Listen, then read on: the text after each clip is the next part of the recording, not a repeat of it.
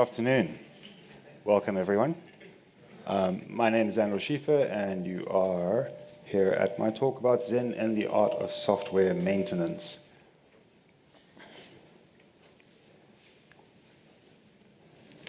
So I'm a consultant at Pixel Theory. That's my own company. It's just me.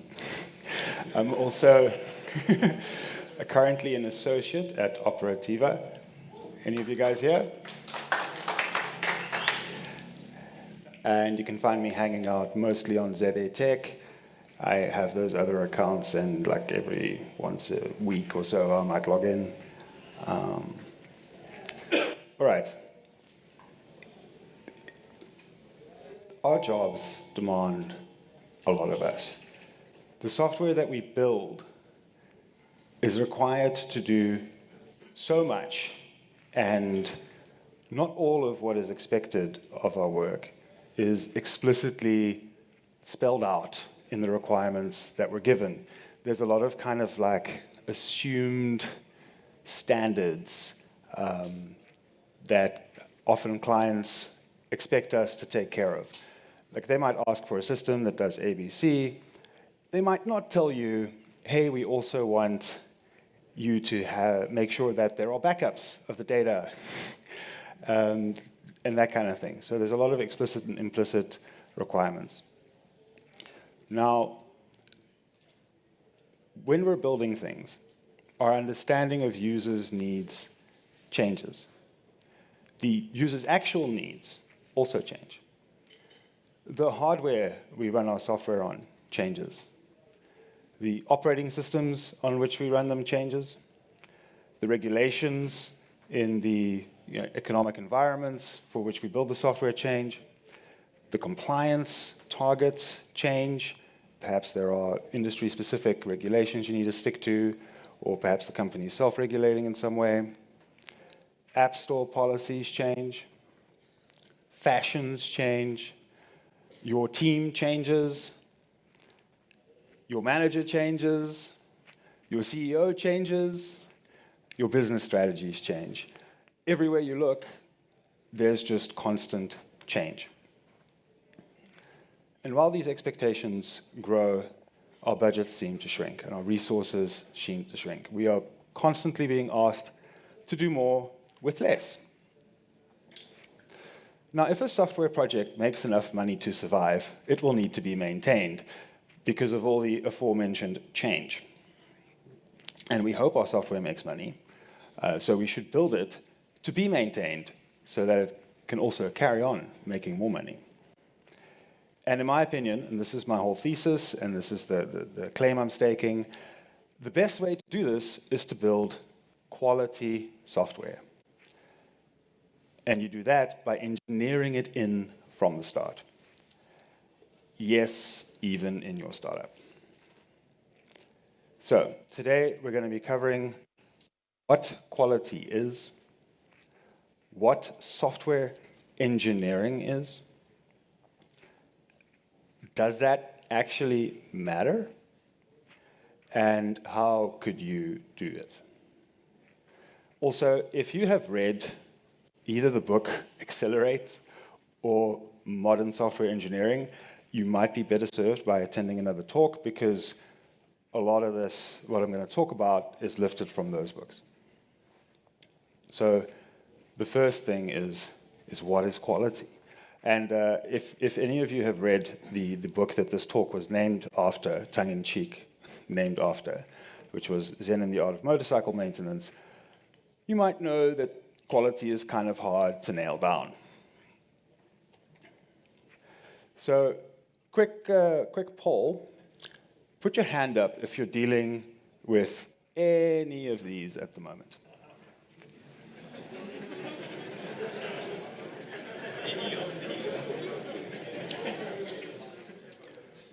Did anyone not have their hand up? Okay, it's not very Zen, huh? Now, how does this sound? Imagine you released your code several times a day. I mean, the code you wrote several times a day, not your team, you. Imagine not needing to care Whether you're doing that on imagine you have 5 times fewer bugs to deal with. Imagine making a cup of tea after pushing your code to the repo, and by the time you get back, your changes are live. And also imagine knowing about every single issue before your customer does. This is not pie in the sky. There are teams out there whose lives are like this. And also no more day-long outages. So if it got any more zen than that, it would be kind of hard to call it a job. Okay, so after contrasting a bad experience with a good experience, here's the Wikipedia definition of quality. Yeah, you can read this later if you want. Basically, it depends. Consultant's favorite phrase. So there are many criteria by which we could judge software. This is not an exhaustive list. Speed of delivery, how many defects there are, whether it's fast, whether it costs a lot to run, whether it looks good, whether it's accessible, and so on and so forth. And these things are values. Now, without any further context, like if you just look at these kind of in the abstract, in the kind of white canvas that I showed them to you, none of these are necessarily more important than any other. And most of them are in some kind of tension with others, because in order to, raise one, assuming you have limited resources and you can't just do infinite work in parallel, you've got to, give fewer resources to another value. Now, values are not principles. And I bring this up explicitly because often I've seen talks or corporate manifestos, Amazon is one, where people conflate values and principles. In fact, Amazon's very interesting. There's stuff on there that are neither values nor principles, like managers are right or what. So now, values are subjective, or at the very least, they're context sensitive, right? It depends on your project, your organization, your client, all of that kind of thing. Principles are unequivocally desirable. Now, we're not normally explicit about principles because everybody understands them, they're obvious, and we would never neglect them. Right? Right? Right.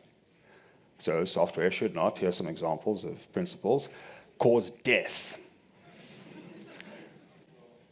Software has caused death. Should not cheat, deceive, or defraud. This also happens. Be sexist. Or be racist. And I could carry on. But, AI is currently having nice issues with these. Right?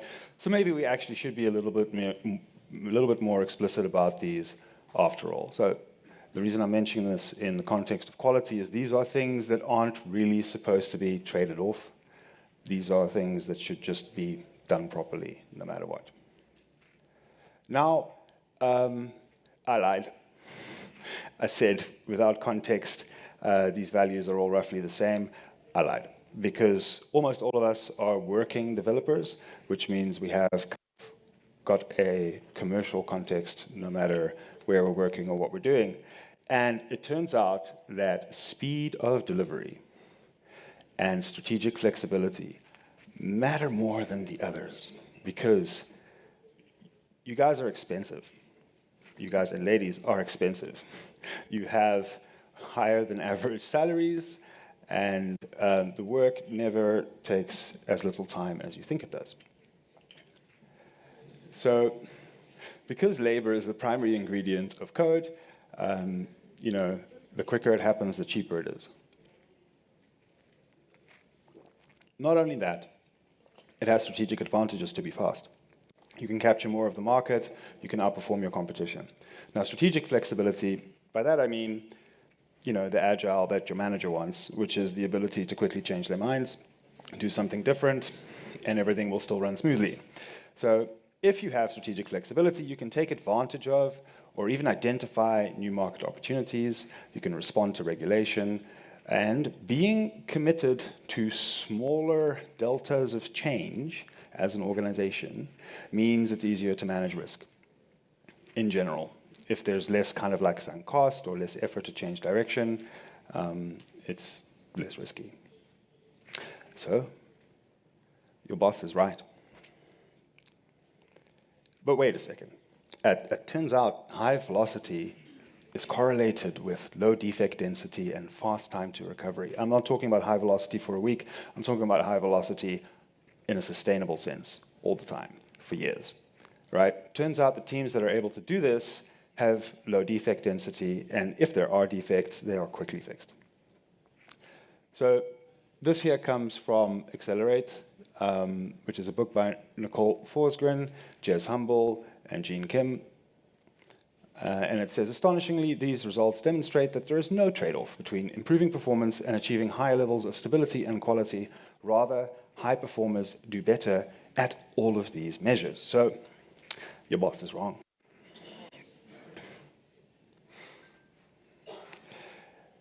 I don't know if any of you are familiar with the concept of the iron triangle, sometimes called the golden triangle, or the project management triangle. So the whole idea is something can be good, fast, or cheap, and you can pick two. Now, this doesn't apply to software. And the reason why is because software's primary cost, as we covered earlier, is labor, your labor. And low quality causes delays, rework, and unpredictability, all of which increase costs. Now, rushing the work causes low quality. So can you see where we're going with this? The more you rush it, the slower you go. So whichever values out of that list you deprioritize in favor of speed will actually be the cause of your imminent and quite possibly permanent slowdowns. It's kind of one of those, whatever you put ahead of your other values other than speed, is exactly what you're going to end up losing. I want to quickly mention here why I'm making these claims and how I'm making these claims. So going into the history a bit, I mentioned the book Accelerate. The book Accelerate is really kind of like a summary of 4 years or so of running the State of DevOps report, which was initially started by Puppet Labs, and that came also out of research from Google, where they measured high-performing teams. Like they looked at various practices, cultures, different capabilities that high-performing software delivery teams shared in common, and also low-performing teams and how they scored. And they did some research on whether or not that correlates to overall organizational performance. We'll get to that a bit later. The 4 kind of classical DORA metrics, they later added a 5th, but I'm going to just cover the original 4, are deployment frequency, which is how often an organization successfully releases to production. The lead time for changes, which they define as the amount of time it takes for your commit to get into production. So after whatever your process is for the commit to land in like the main branch, once that happens, how long does it take for it to get to production? The change failure rate is what percentage of these deployments cause a failure in production. And the time to restore service is when there is a failure in production, how long does it take for that failure to go away? Now, you might notice something. Every single one of these is about production. And that's because the only code that really matters is the code in production. So that was a bit about quality. I'll tie these things together a bit later. But what is software engineering? And again, the reason I'm talking about software engineering is because I believe in order to make software maintainable, you have to engineer the quality in. This definition is lifted from Dave Farley's Modern Software Engineering. By the way, he wrote the book Continuous Delivery long ago with Jez Humble.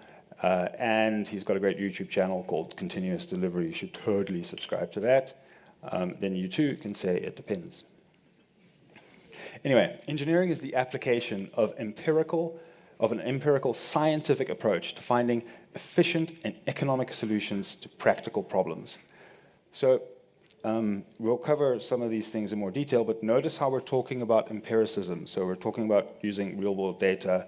Science is a discipline where we make hypotheses and we construct experiments and we validate what we think. So it's not just by kind of gut feel or by someone's force of personality. I quickly want to talk about some things you might find in engineering in general, not just software engineering. Engineering delivers consistent quality. It scales to massive projects, absolutely massive. It's precise, it's accurate, it's replicable, and it's systematic. Something that's engineered wasn't the result, I'm talking about like a big thing in the real world, wasn't the result of like one person's skill, or one person's effort, or one person's knowledge. It was the result of a system of people being good at all those things. Contrast that with craft. Now, I have nothing against like the software craftsmanship movement, like that's cool. The manifesto is great. I have nothing to argue with there. That's not really what I mean with craft. With craft, I mean more kind of like thinking of yourself as a craftsperson, as an artisan who loves your work, who puts effort into it, and all that kind of thing. Which again, those things are great, and you don't need to lose those. But craft in general is something that's small scale. When you craft something by hand, it's a once-off. You can make a second one, it'll be slightly different. And it's done by an individual, right? It's not done by a system, and it's variable. Even if you do your best, even if a craft person does their best, not every single output is going to be the same as the time before. There's a variability in the quality. Now, I also want to draw your attention to the fact that our modern civilization wasn't built by craftspeople. It was built by engineers. You know, if you look at this building, for example, you're not going to get like even very experienced carpenters building this building, right? No matter how many tools they have, they're not going to build it like this. Not with the glass and not with all the escalators and everything else. You need engineering for that. Now, don't get me wrong, right? The thing that people like about craft is taking pride in their work, being skilled at what they do, putting creativity into their tasks, and having the ability to innovate.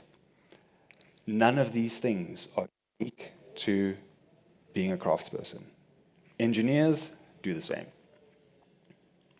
So, remember how we spoke about engineering being an empirical process, right?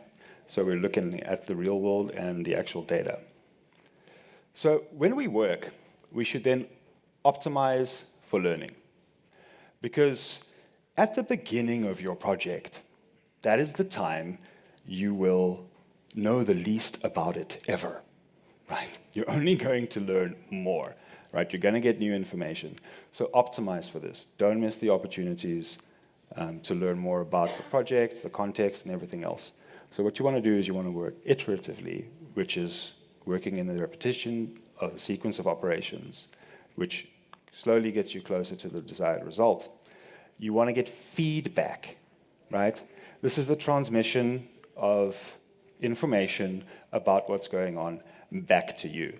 The faster, the more accurate, and the clearer your feedback data is, the more you'll be learning, and the easier it will be, right?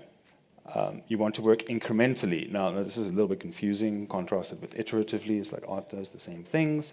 So iterating is to making multiple sweeps over something, whereas doing something incrementally is like breaking it up into pieces and then tackling a piece at a time, right? So, so you can substitute different pieces for one or another, try different things, split up the task, parallelize it. Empiricism is actually emphasizing evidence, especially as discovered in experiments, right? So a good example of this is that a lot of people think that when there's a lot of, especially corporate managers, when there are a lot of defects in the software development process, sometimes they're fond of implementing something similar to a change approval board, right? Where changes must go through a committee and be blessed before they can go live. Now, the data shows that change approval boards are negatively correlated with software delivery performance, right? Even though, at least to a manager, their gut says otherwise. So trust but verify. And experimentation. So that's a procedure carried out to support, refute, validate a hypothesis. So do little experiments, see if the technology you want to use works, see if the architecture works, do a little proof of concept, load test it, whatever. And experimentation is not just something that you might do in optimizing for learning. Realize that, in fact, all the code you ever write is actually an experiment. Even the code in production. So no matter how hard you try, you are never going to be able to replicate your production environment. Because there's only one production environment, right? You're just not going to have the same patterns of usage. It's not going to be subject to the same unexpected changes, and so on and so forth. There's always something unique about production, no matter how good you are at replicating it in some staging environment or testing environment or whatever. So that means there will always be things you can and will only learn in production. So you better pay attention in production. The next thing is to optimize for change, because at the beginning of your project, you know the least you're ever going to know about it. You will be wrong. So you're going to have to change things. Right? In addition to all that other change we talked about that you can't control. So what you want to do is you want to make your code modular, right? Which is the degree to which your system's components may be separated and recombined. You want to leverage cohesion, which is, things that belong together, keep them together. It makes it a lot easier to think about and change things because you can just change things together. You want to separate the concerns, separate a computer program into distinct sections such that each section addresses a separate concern. Here I want to just mention a slight kind of pet, not really peeve, but kind of like pet concept of mine.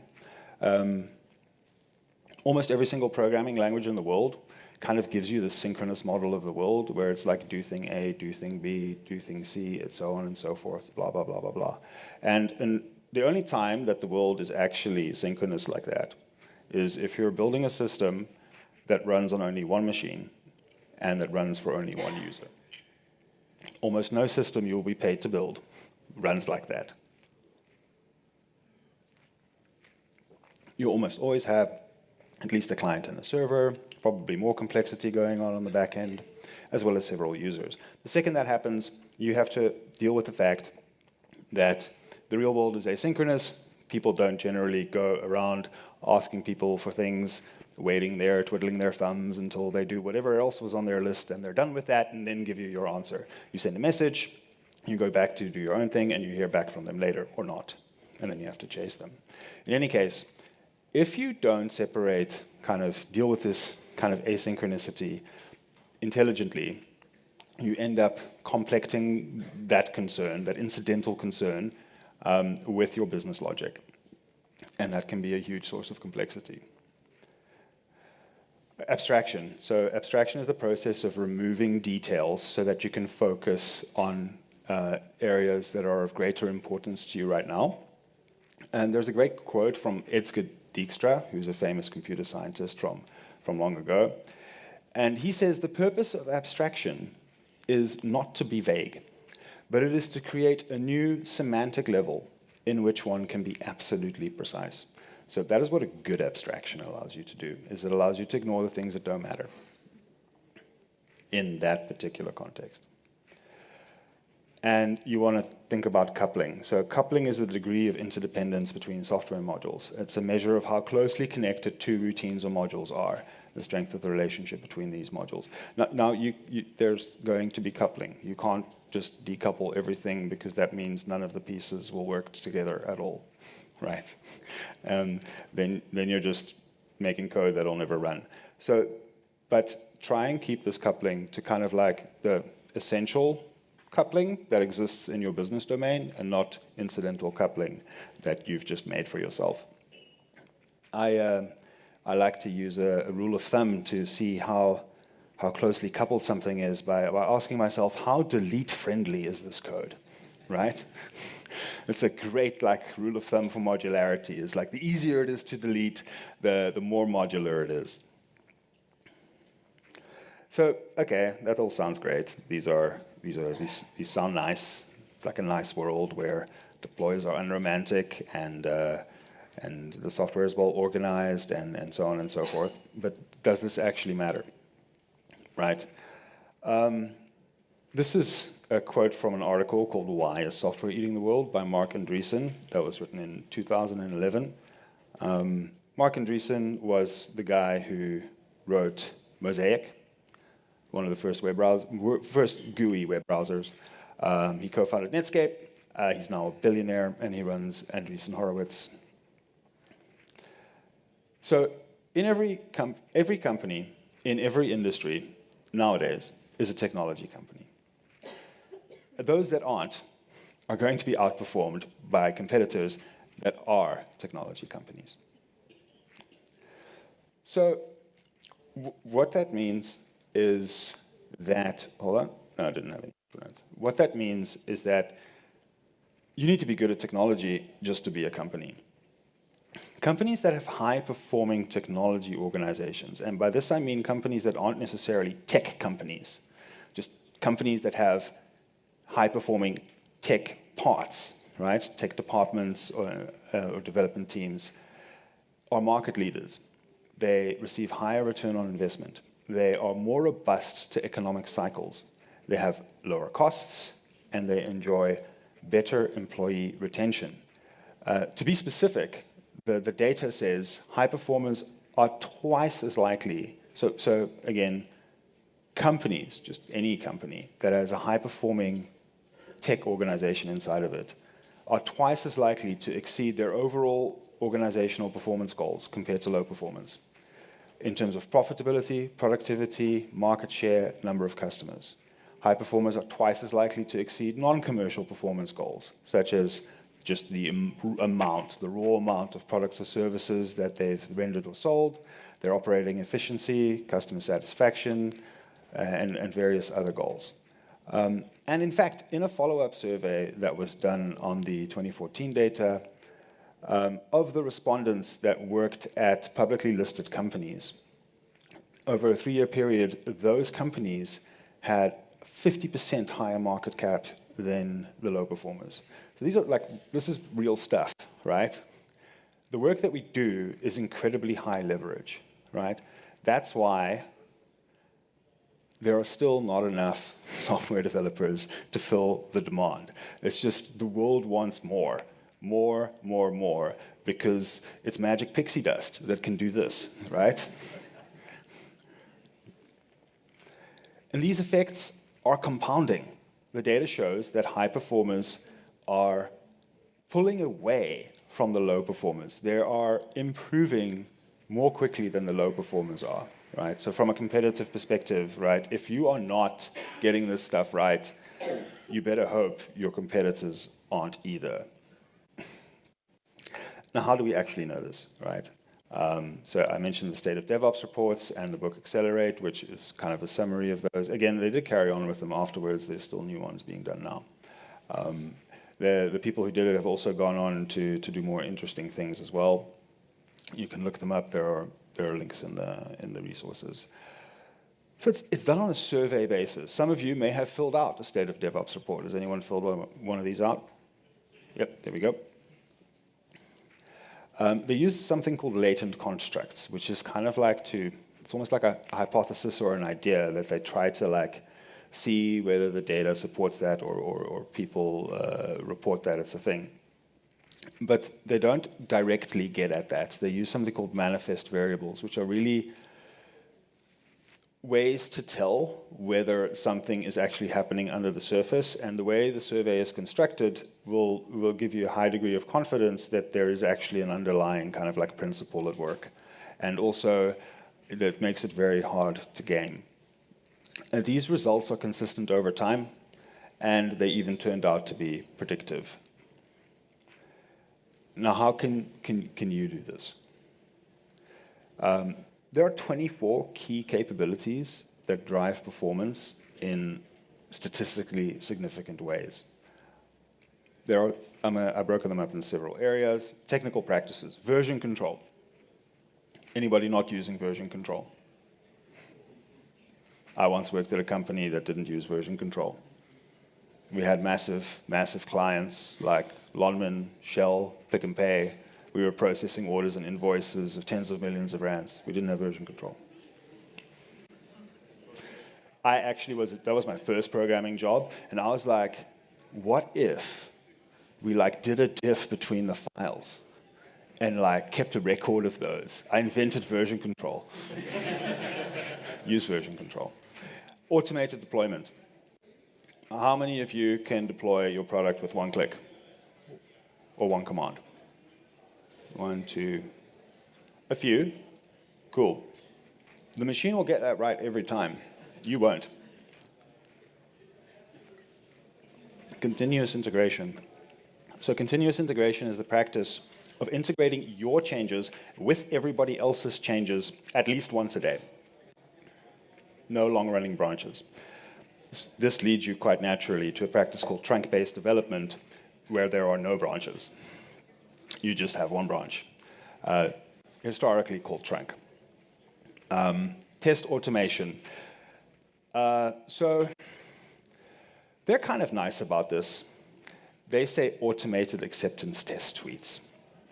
But it turns out the best way to write those is by doing the tests first. Anyone that's not a fan, the data is against you. Test data management. How many of you have test data that actually came from production? And how many of you have test data that's somebody decided to run Faker with a particular seed and just fill up a whole bunch of records? All right, there we go.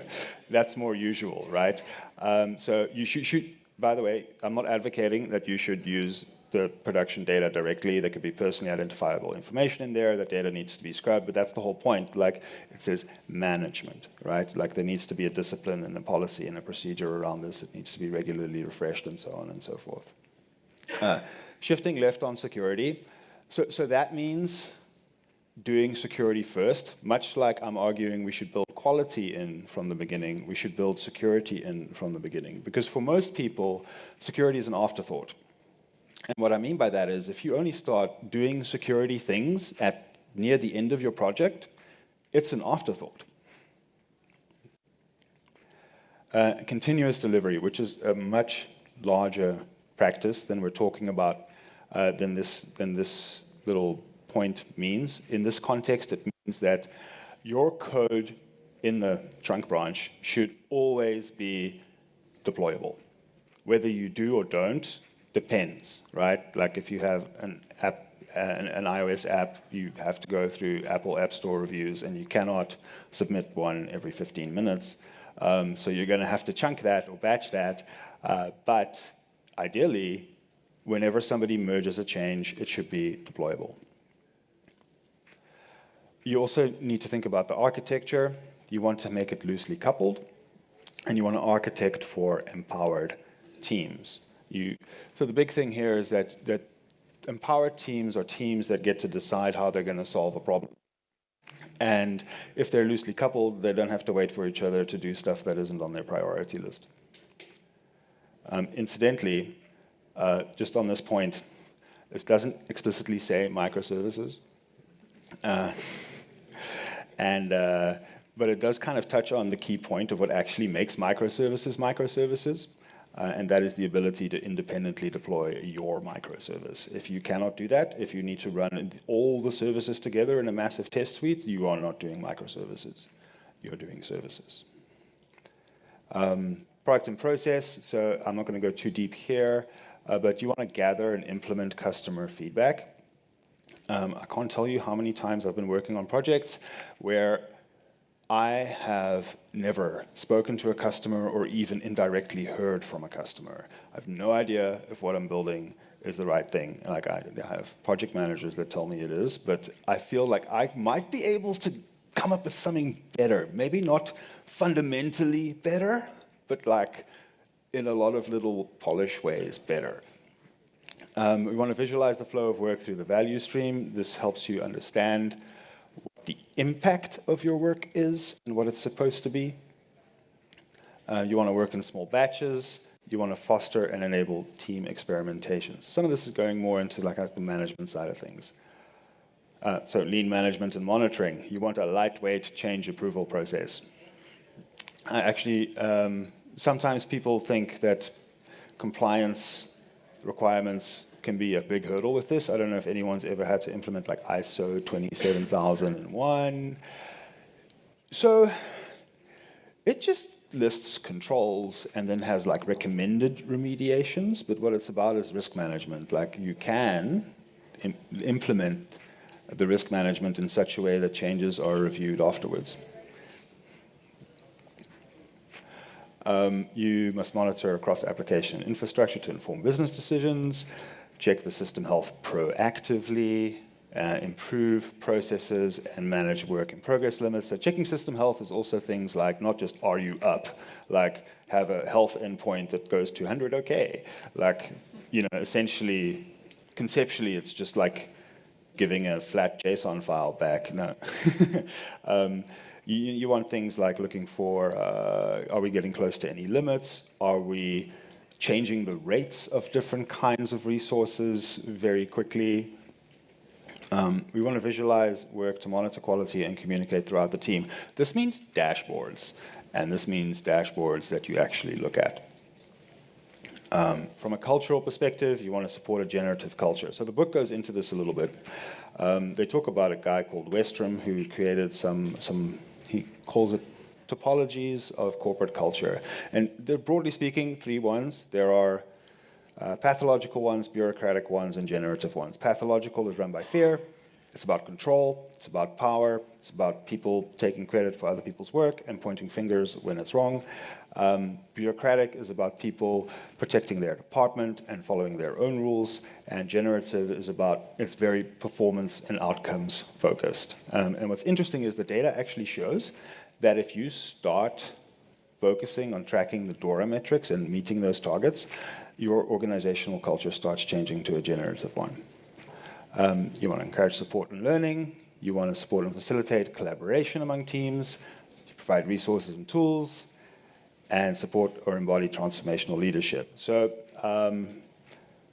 quick recap.